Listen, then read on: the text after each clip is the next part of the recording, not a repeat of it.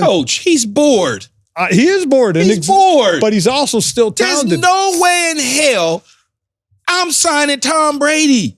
I'm not doing it. Well, if you're a team that may think you're a quarterback away from getting into the big show, like you said, they may do that. I can't do that.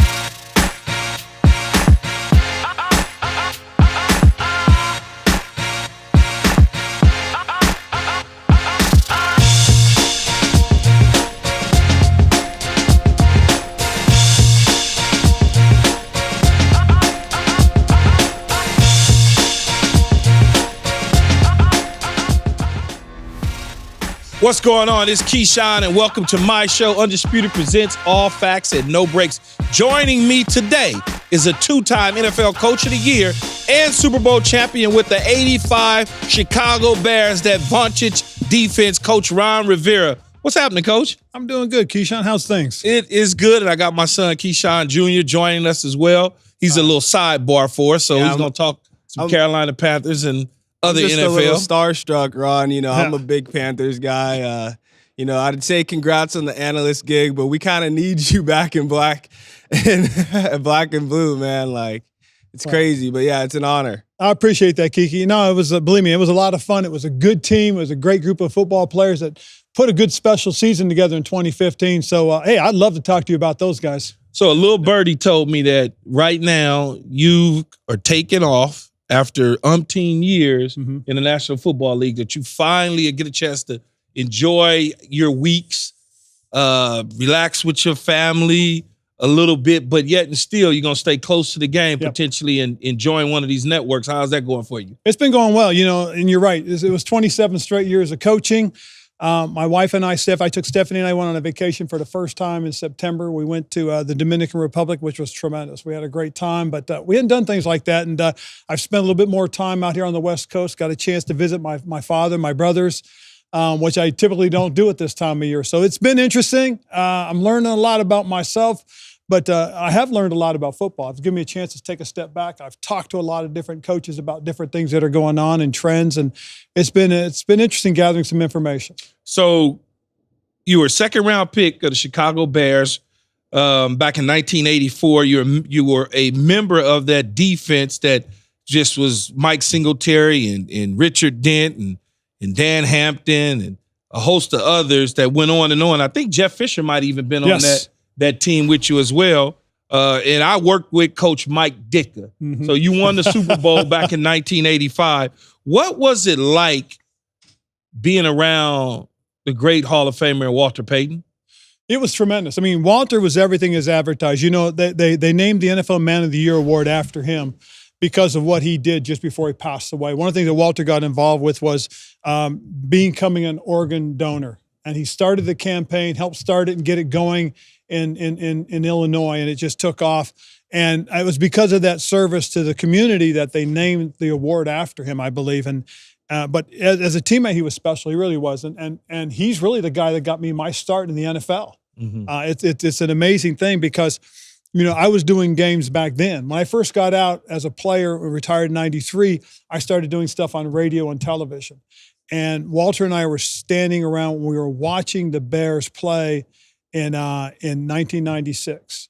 And I had made a couple of comments on the sideline because I was doing updates for WGN back then. And so Walter and I were talking, and he looked at me and he goes, Chico, why aren't you coaching? And I said, well, honestly, Walter, I don't know how to get in.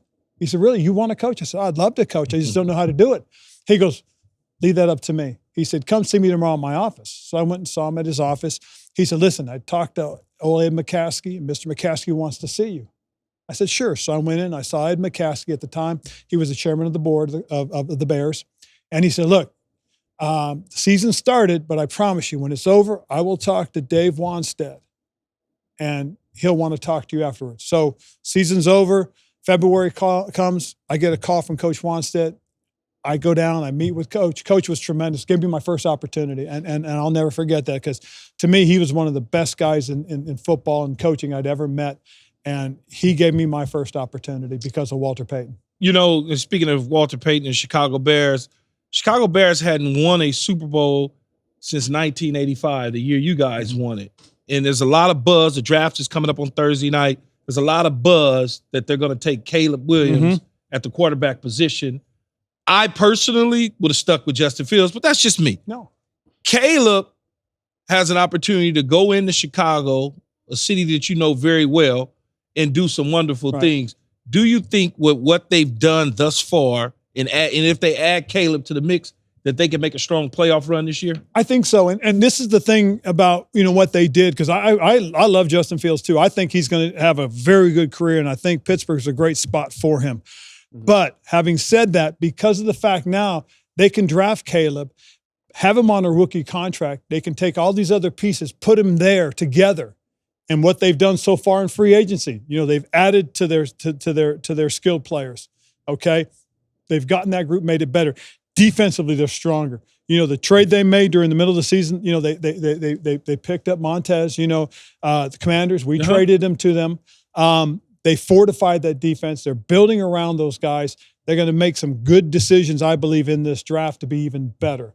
And I do think they'll make a strong pitch for the playoffs this year. And just getting into it will show the improvement and growth that they need to. But I do believe Caleb Williams is their pick. I believe he is the guy that can come in and impact that franchise and get them going in the right direction. He played here at USC. When you play on a team like that plays the types of games they play against the competition they can, and then do what he did, I do believe it shows he's more than capable. Why is it that I personally don't ever believe that you reset the quarterback room based on salary and it's going to make you better? Because when I look at, for instance, I look at Kansas City and I look at Patrick Mahomes. Well, Patrick Mahomes won the Super Bowl on his rookie year deal. Then they gave him a $500 million deal, and they kept signing players all over the place and going back to the Super Bowl. Because it's the way they finance it. That's the thing that a lot of people understand is they see these big numbers, but we all have to understand it's the way they finance it. I mean, you're absolutely right. Because he won it, I think it's reason why you can do those things. But he also understands that it can't be about him. Okay? That's why the deal is a very team-friendly deal, the way that it's structured. It helps that team continue to do what they're doing right now.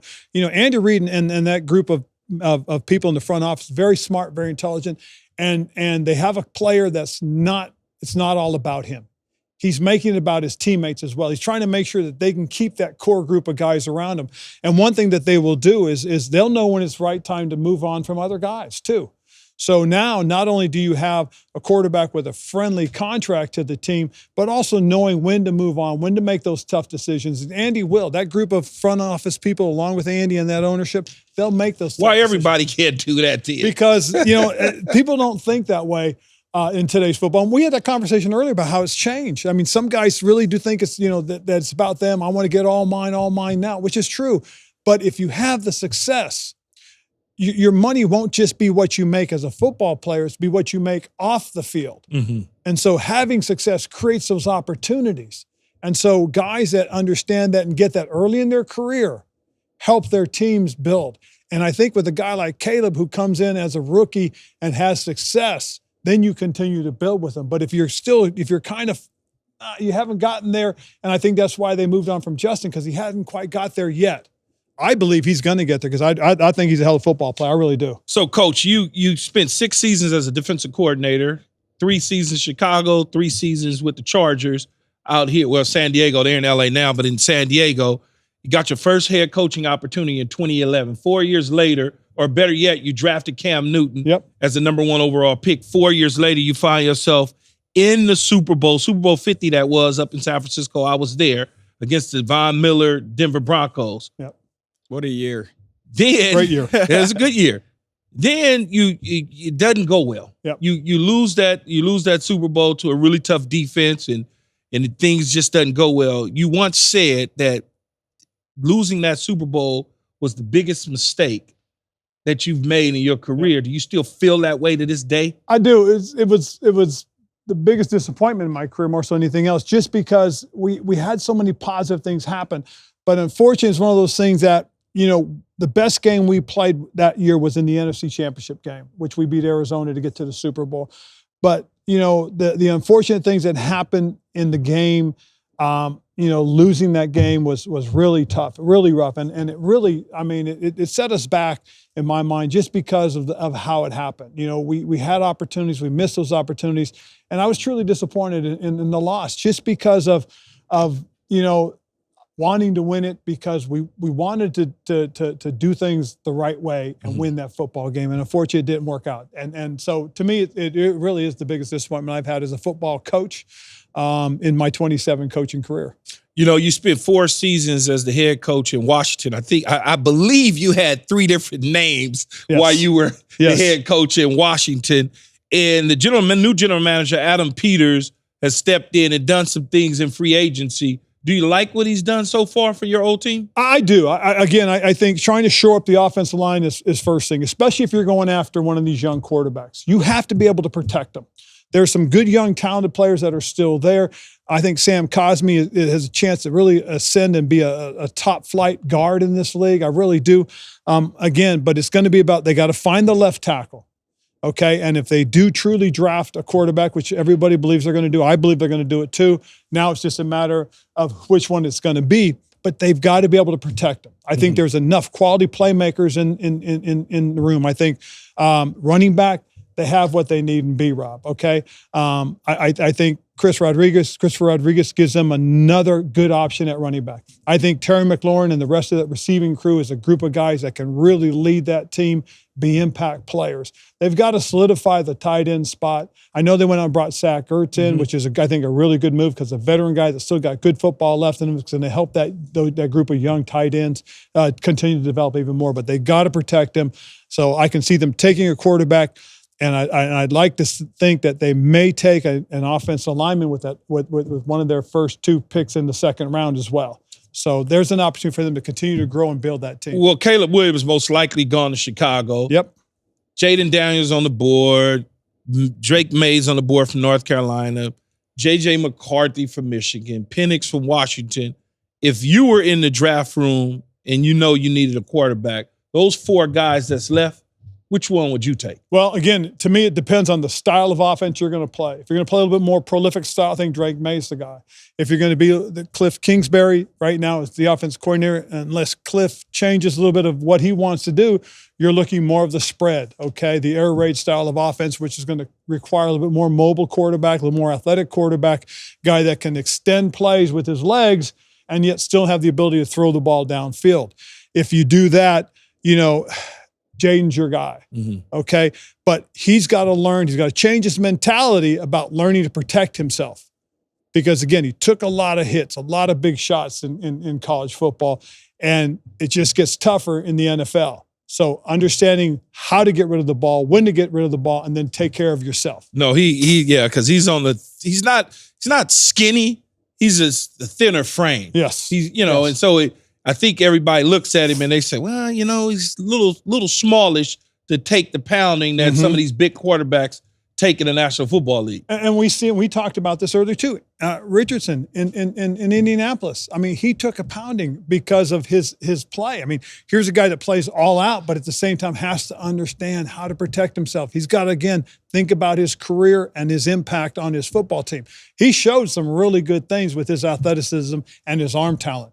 Now, you've got to be smart and understand, I've got to take care of me to help this football team so that they can win more games with him on the field. When he's not on the field, it doesn't give him a chance to help the team. Last week, Washington hosted those quarterbacks. They brought in all the QBs for whatever. It was pretty weird to me. I've never seen the situation before where you bring in everybody on the 30-30 visit at the same position.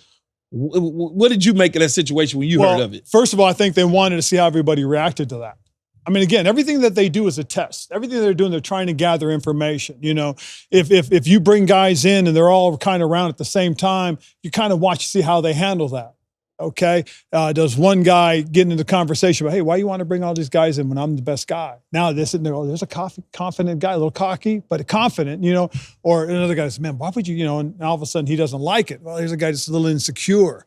So they're doing these things for a reason. What is their reason? Well, they want to make sure, first of all, everybody understands we get it. We got to find the franchise guy. We're going to bring them all in because we want everybody to know that we want to see everybody so that when we make our decision, it's the guy that we believe is the best guy for us. So a guy like Jayden Daniels has a relationship with Antonio Pierce and the Raiders.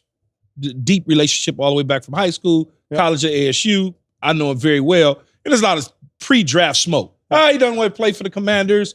Have you ever dealt with a player not wanting a high pick, not wanting to play for your franchise? And if so, how would you handle that in the end? Well, you know, it's interesting because the thing everybody got to understand is they don't get to pick. Okay, the players don't get to pick. They're picked. So they're going wherever they're picked. You don't want to hear that necessarily as somebody that's got to pick. You know, the general manager is going to make the decision. They don't want to hear that. They really don't want to hear that. And they don't want to hear it coming from the player or his camp. You know what I'm saying? Yeah, I get it. Because again, camp starts talking, hey, you know what, y'all need to be quiet because we're making the decision. And again, if we don't take him, he may get taken somewhere else where he really doesn't want to go. Yeah. So, you know, I think everybody got to understand it's about the pick. It's not about decision. They're not deciding, the team's deciding. And again, wherever he goes, he's going to go someplace where he's going to be the face of the franchise. He's going to go someplace where he's going to develop those relationships. I think he wants to be a Raider. Oh, he may want to be a Raider, I think he wants to be a Raider. Again, the opportunity to be a Commander might be pretty good for him. And what's to say going to the Raiders is the best spot? Yeah. AP's a great person, good human being. He really is, and a good football coach. But it doesn't necessarily mean that's going to be the best fit for him. Yeah. So again, y'all just got to sit there, bide your time, understand what's going on, and become part of where you are. He can impact that community too. That community will wrap their arms around it. This is a tremendous fan base in Washington. People don't understand that. That's why the league wants that group to be back. Yeah. Because when you got a fan base that's on the northeastern seaboard, all right, where 1/3 of the U.S. population is, that means people are going to tune in to watch that football team. So again, if that football team gets that young man and that young man becomes part of what they're trying to do and they're having success, everything he's ever wanted will be there for him. Yeah, when I was coming out in the draft and as the #1 overall pick, I told the New York Jets pre-draft not to draft me because they wanted to do a pre-draft deal. So they say, hey, we'll take you #1 overall, but we want to pay you like you're the 5th pick of the draft. Yeah. I said, no, not doing that. No. I'd rather go to Jacksonville at #2 and get what I'm supposed to get at #2 rather than you treat me as the #1 pick like I'm the 6th pick of the draft. Don't draft me. The next day I wake up, draft time comes, they wind up drafting me anyway. It was pretty, it was pretty interesting. Just speaking of the draft, Coach, you once held the #2 pick like the Washington Commanders have now. You took Chase Young with that pick in 2020. Why things didn't, what is it that made the things not work out the way you probably envisioned for Chase in Washington? I think the most unfortunate thing was the knee injury. You know, here's a young man that's had so much success throughout his entire career. And I think the knee injury was something that really set him back. It was a little more severe than people realize. You know, we didn't want to put it all out there. Yeah. He did everything he could to try and get himself back to where he needs to be. You started to see flashes of it, glimpses of it, and it was really one of those things that it was a pretty serious injury, and it takes a little bit longer. Not everybody can be an AP and come back in 8 months. They just can't. It takes time. And that's one of the things I think for Chase, it took a little bit more time than people expected, but he still has an opportunity. He did some nice things in San Francisco. He had a pretty solid game in the Super Bowl, you know, had the first sack of the game. So this is a guy that still has it. And again, I think, we'll find out if he's that guy that we had hoped he'd become with New Orleans now. So at that time, though, and defensive-minded coaches, for whatever reason, always like defensive players, right? They look at him and they go, I like him on the defensive side. But that same year, there was quarterbacks in Tua, as well as Justin Herbert. Justin Herbert, exactly. Do you look back at that now and say, well, we needed a quarterback, but I'm a defensive-minded coach and I have a certain style that I wanted to play. I wanted to run the ball, I wanted to play defense, and I needed a guy that quarterback-wise could just move the thing along, opposed to this franchise quarterback. When you look at that draft coming out, he was rated in some situations as the best player sometimes. Yeah. And so looking at it, says this is a guy that can impact you on the defense side. And he had that rookie year where he was defensive rookie MVP. So a lot of those things pointed towards him being the next pick, if not the first pick. And for us, our decision once we got closer to the draft was, how were we going to be able to do that? If he's sitting there at number 2, we got to take him. Mm-hmm. And not just because, he's the best player on the board, but because at that time he was a guy that could impact your team through his defensive play. That was the mentality going into the draft. And so we did it that way. The thing you would have liked to have seen is also we didn't have an opportunity to go through OTAs and minicamp before the pandemic. Exactly. So that really kind of impacted some of our decision-making on some of the other picks we made during the draft as well, because we weren't quite sure what we had on our football team. Well, every NFL team has players that they wish they could go back and draft given the opportunity.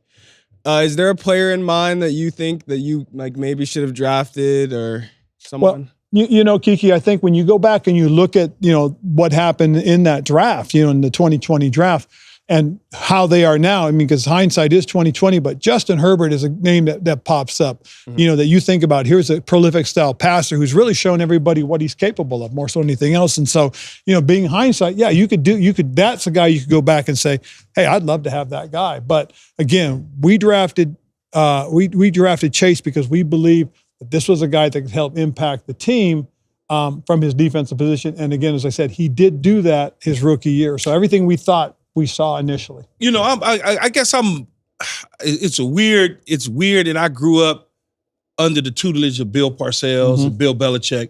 So my thought process, it's like a pyramid. I'm part of the limb and the tree with those guys. I think like them. Yep. Like you might think like Coach Dick in a certain sense. And when I look at it, and I just look at my career and I look at the quarterbacks. I played 11 years and I played with 17, 18 different quarterbacks. And we won a lot of games. I never played with a Hall of Fame quarterback, but we won. And so when I look at it, I say, a guy who sets the edge, a guy who protects, a guy who shuts a guy down, a guy who can go catch it. Those are my staple players. Yep. And then at the quarterback, I don't need Justin Herbert. I could just have a guy that's not going to get a ball to the other team, and in the end, I'm going to be in the tournament. Right. And so when everybody says, well, Justin Herbert, I'm like, do you really want a Justin Herbert? It would be nice to have him, but you could do just as well with a Brock Purdy. But I think at the same time, though, is if you get to the point where you don't have to rely on just Justin, and I think that's what's happened, is what you need is, and I know Brock Purdy doesn't like the word, but you need a game manager. Well, I didn't want to use manager. I just said a guy that won't get a ball to the other team. Right. But the truth is, if you look at a really, really good quarterback, and I'm going to use Tom Brady as an example. If you watch the way Tom plays, he can take over a game at any time, okay? But he manages those games. Yes. He manages those games. And when he has to, he takes it over. And it's the same thing with Patrick Mahomes. He has that ability to manage a game, and then he takes it over. Okay, so to me, when you use the word, he's a game manager that can take a game over, that's what you need, in my opinion. And so I try to, look at it and say, how many game managers are there? How many guys that can take a game and manage it, and then all of a sudden, hey, it's time to score. Let's go, take it over. Not very many. No, but those are Patrick Mahomes. Yeah. Okay, Brock Purdy, for the most part, I think is a game manager with that same ability. He can take a game over, and he showed his abilities. And again, he'll continue to grow. He's still young. Yes. And again, let's remember, this is he'll be going into his third season. This is a guy I think that eventually has a bright future.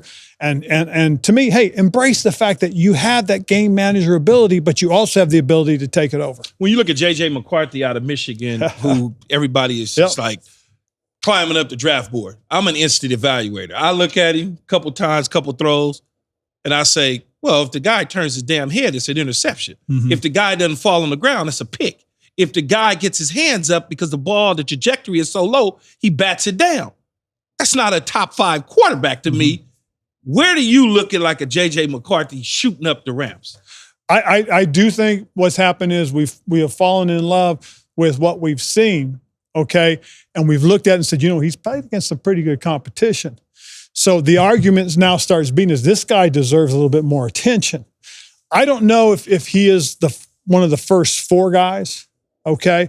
But I do know this. There is something about him that has that quote-unquote management part. Mm-hmm. He handles games, controls games very, very well.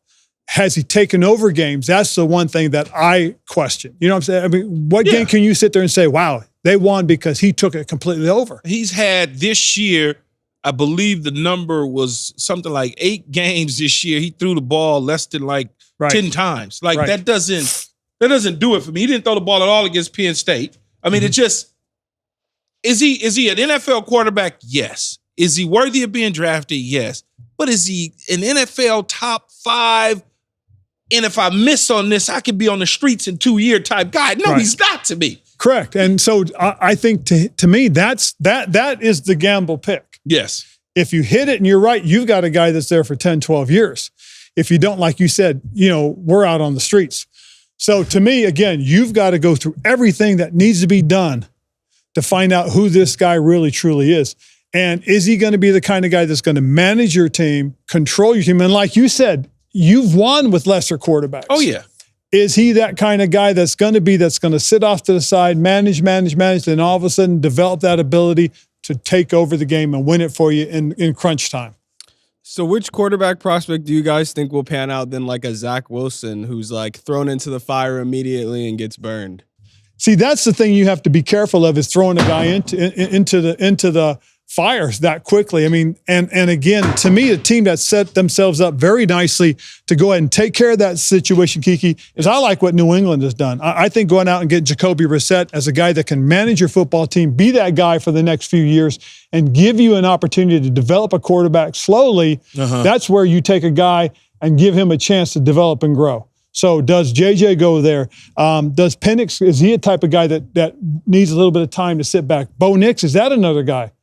So those are the kind of guys that Bo Nix is you and I age right now. Yeah. Bo Nix about 75 years old, man. He feel like he's been to college forever. Oh, yeah. I mean, those guys, they took advantage of that extra year. Good for them because they're more developing. But again, do you throw those type of quarterbacks into the fire quickly and say, hey, we're either going to sink or swim? That's very risky because, again, you could ruin a guy or you could end up yourself on the streets a little bit sooner than you expect. So to me, that a place like a New England, that's a great spot for a young guy that you can take later first round, early second, and say, hey, you've got time to develop. Or if he shines right away, maybe he earns the job.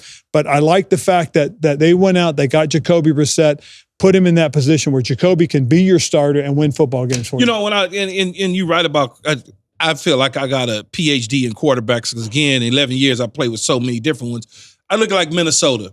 Yep. Minnesota's got Sam Darnold. Yep. I personally think Sam Darnold's a good quarterback. Yep. Good quarterback in bad situations, right? Whether it was the New York Jets that just had nothing around him, the coaching was a little weird. Then he goes to Carolina. He starts off hot. They move on from DJ Moore. They move on from Christian McCaffrey. So he's playing with nothing. So to me, he never really got a real fair opportunity. Now he's in Minnesota, and he's got Justin Jefferson and Addison and company, and they're talking about drafting a quarterback. Yeah. So he's only going to really get a year where I look at when people make these decisions on these quarterbacks, that they're not evaluating them the way that they should be. They're quick to say, move on. Now Zach Wilson just moved from the Jets to the Denver Broncos and Sean Payton. What will he turn into now that he's with Sean? Yeah, it's going to be really interesting because I think, again, in Sean's system, it really is partly about the quarterback, but he distributes the ball so well to the different players. And I think a big part of what they're trying to do is get those players, put those players around whoever the quarterback's going to be. I think Wilson is a good decision there for him, especially Sean's ability to work with quarterbacks. Here's a guy that will have a chance to grow and develop. For it cost them nothing. It's an investment that cost them nothing. Exactly, and it's worth the gamble. I really believe that. Sam Darnold, being in New York, may have the same situation. Will he get the chance to develop and grow? Could this be a move that could help save his career and give him that chance to be the quarterback a lot of people thought he could be? He's got time. He's got Aaron Rodgers going to be in front of him. So if he sits back, waits for that opportunity, learns and grows, who knows? Maybe it helps Sam as well. Coach Belichick said that the draft information usually starts to the real draft information, what teams are going to do 12 hours before the draft. And most of the pre-draft gossip is the agents trying to position their guys and start, some sort of fire. How much truth is that? Well, I think there's a lot of truth. I really do. I think the agents are controlling a lot of it right now. They're getting the word out about their guys. But at the same time, teams are using this time also to kind of camouflage what they really want to do. They'll answer some of these agents just to get it out there. Okay, so you can use an agent to get your messaging out as well. So that's something that really helps us as well. But you're always listening. You got your ear to the ground trying to figure out, because again, if it's said enough times, it can become true. And if it's said only a few times, that could be the smokescreen. So you got to pay attention to what's being said and how it's being said. Well, Tom Brady is still training as if he's in the NFL at 46 years old and said he's opposed to returning. Do you think we'll see still Brady playing again? Man, please, Keyshawn, stop. No? Well, I'll tell you what, Kiki, him putting it out there, I think is really, he might want to give it a shot. And I think there are some people that are going to go through this draft, see how things go through minicamp, and who knows, maybe somebody will make a decision. Coach, he's bored. He is bored. He's bored. But he's also still talented. There's no way in hell I'm signing Tom Brady. I'm not doing it. Well, if you're a team that may think you're a quarterback away from getting into the big show, like you said, they may do that. I can't do that. What is he old?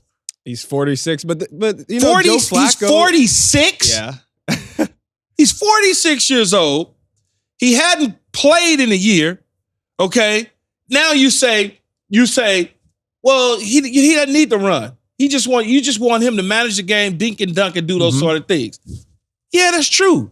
But those guys on the other side, they got a lot of bad intentions. Yes, they do. And if you don't have Trent Williams or Jonathan Ogden protecting him, they're going to get to Brady like yesterday. Yeah, but again, it's like right system, right players in the spot. Again, coaches think that way. They do. No, they do. They do. And that's why I said is they go through the rest of minicamp, maybe even when they get into training camp. There's no way. And see what happens. You never know, Keith. I can't Key, touch Brady. You never know. I love Tom Brady. Yeah. But I can't know. How old was Vinny Testaverde when he was? Dude, Vinny was 1,000. He played for Coach Rivera. It's possible. I played against him. But Vinny played for you that one year, right? No, it was John. It was John that Foxy.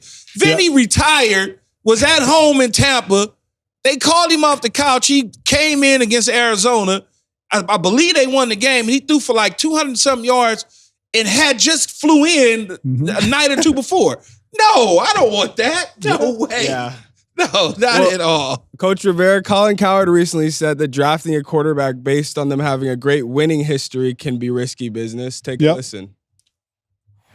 Years and years, this is a long time ago. Mike Ditka was, I think, the coach of New Orleans at the time, and I remember he drafted Danny Werfel. And one of the things he said, is a winner. It was Steve Spurrier. They were winning a lot of SEC games. And I had talked to a general manager at the time. Rich McKay in Tampa was the GM of the Bucs. And I remember him telling me he's not an NFL quarterback, but we don't want to say anything negative. We're in Tampa. Gainesville's just up the road, 90 minutes. So I don't like the term, he's a winner. Because most of these high school quarterbacks, by the way, that are really, really good, like 4- and 5-star guys, they're playing at stacked high school programs. They all come out winners out of high school. In Southern California, St. Bosco, Mater Dei, if you start for 2 or 3 years, those guys are all like 30-3. They're all winners. What does that mean? It means you're talented enough to be a quarterback at a great high school program. I don't want to hear you're a winner. Well, Coach, how much stock do you put into drafting a quarterback with the great winning history over a player who has a ton of talent but didn't play with a bunch of 5-stars? Because I could think of Cam Newton, who played at Auburn, and I can't think of someone that was on the Auburn team, and he seems to be pretty successful. No, and you're absolutely right, Kiki, because again, when we drafted Cam, one of the things that we talked about was Cam was a winner. Yeah. We looked at what he did. In high school, he won. Then he went around and he went to Blaine College. Yep, Blaine. Yeah. Blinn College, and he wins a national championship there, then goes to Auburn and wins a national championship. I mean, and that's the term we used was he was a winner. I mean, it doesn't hold true for everybody. Yeah, that's true. But for somebody like Cam, it held true because exactly what you said, Kiki. How many guys can you name off of that Auburn team that won the national championship? So that's one of the things that people got to sit there and understand. He did what he did, okay, and he didn't have elite talent around him. He had good talent, but not elite. And this is a guy that won and continued to win and did some really nice things. The thing, again, that got to him was the injury to the shoulder, to the throwing arm. And it changes quarterbacks. It does, especially when it's the throwing shoulder. Yeah, Cam knew most guys that are top picks, though, like at quarterback or whatever, they got a track record of history of success, whether it's through high school, through junior college. When he was recruited, he was the top guy. He was recruited again as the top guy. And then he became the number 1 overall pick. Not by mistake. Right. That is true. Guys do that. For me, if I'm looking at a quarterback, if I'm drafted, one of my main criteria is I don't want a young guy. Yeah. Don't give me a guy that's only taken a few snaps. Yep. I want some guy that's been in school 4 years, that started at least 2 of the 4 years, because he understands what the pressure of playing that position is all about. Yeah. You see quarterbacks come out now, all the guys that come out now as juniors or redshirt sophomores. They don't go on to have success. Give me a Joe Burrow. Yeah. Give me a guy that's been in school 5 years, that's graduated. Yes. Those are the ones that have success. Yes. Give me some long tooths. I want some guys that have been around and they understand and they know what it's all about. Young dudes, no, I don't want a young quarterback. A kid or two. No, I don't want. Yeah, I need a guy that got a kid or two. Absolutely. But and again, to Colin's point and Kiki's question is, when you have a guy that doesn't have all the other intangibles. Yes. Okay. That's the kind of guy you got to be careful about when you talk about, he's a winner. Yeah. He didn't have all the other intangibles. Well, hell, look at Alabama quarterbacks. All of them win.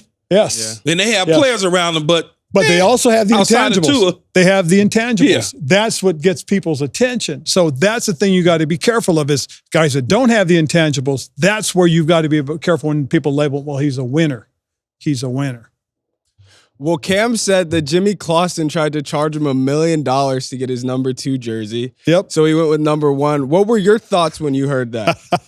That to me, Kiki, was real interesting because it tells you a little bit about who Cam is. Is that you know what, the number didn't make who Cam is. It really didn't. Yeah. So him changing his mind and going to number 1 really showed that, hey, it's not about the number, it's about the player.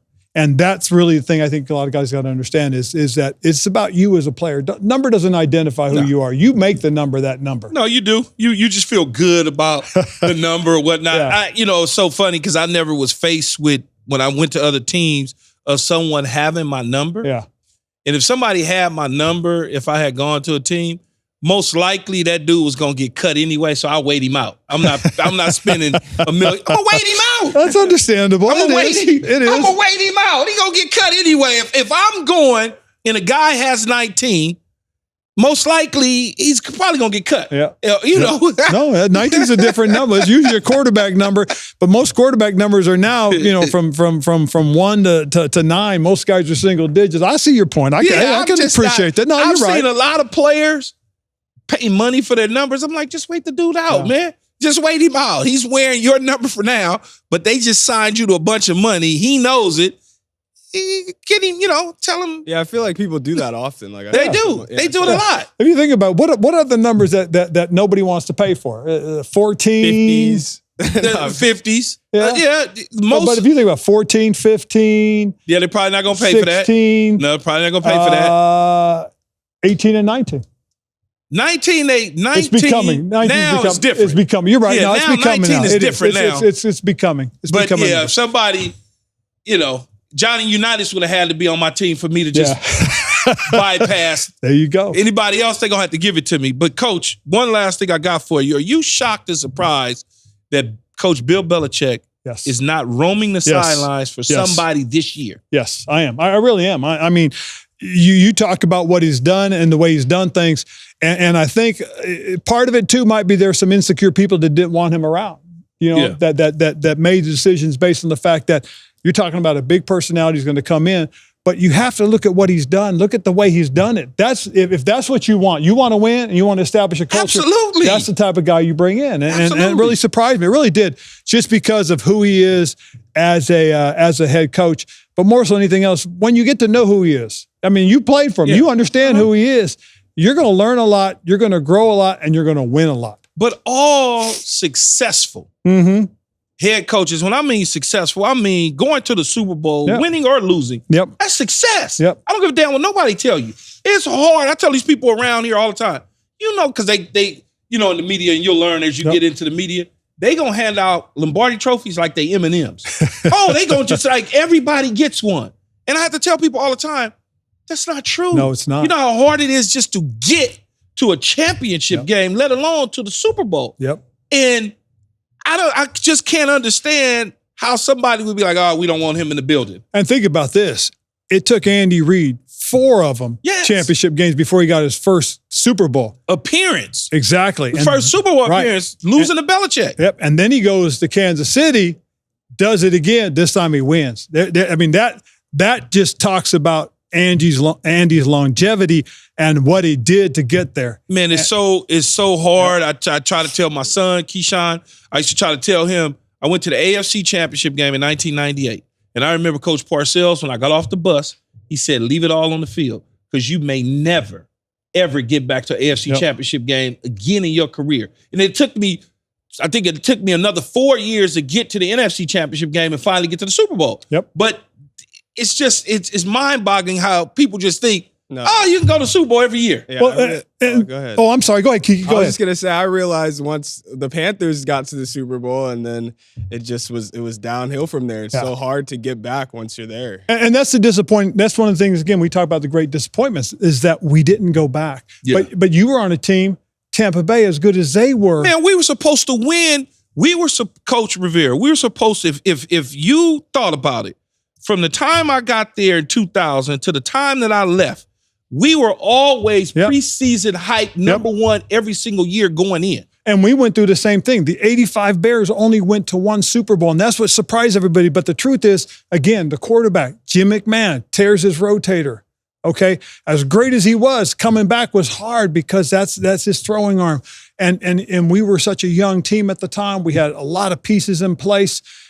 We should have gone back. We should have had the opportunity to win, but we didn't. That's how hard it can be. It doesn't matter how good you are. You've got to be good every Sunday, and you got to be the better team on Sunday to win. We probably had on our team, our Super Bowl team, I would say we have, depending on who you asking, we have 5 guys that are on the defensive side of the ball that are already in the Hall of Fame. Yep. We have another 2 that could potentially get in. We have guys on the offense, for argument's sakes, was the best that did it at their time and era, and we went to 1 Super Bowl. Yeah. We were supposed to go back to back to back and just never ever. And we're the same way. We got 4 guys on defense, arguably the best guys. We got 2 on offense, arguably the best guys. And we have guys that still are in the conversation that can be there. So again, it's hard. People got to understand you can't hand them out like you said. You just can't. What you have to have, they have to be earned. Yeah, absolutely. Hey, Coach, appreciate it. Key, it's always good, man. I appreciate talking with you and appreciate talking with Kiki. All right. So much. Well, that's a wrap for today's show. Thanks again to Coach Ron Rivera for joining the show. Don't forget to subscribe and follow All Facts Pod on social media. Until then, I am out. Peace.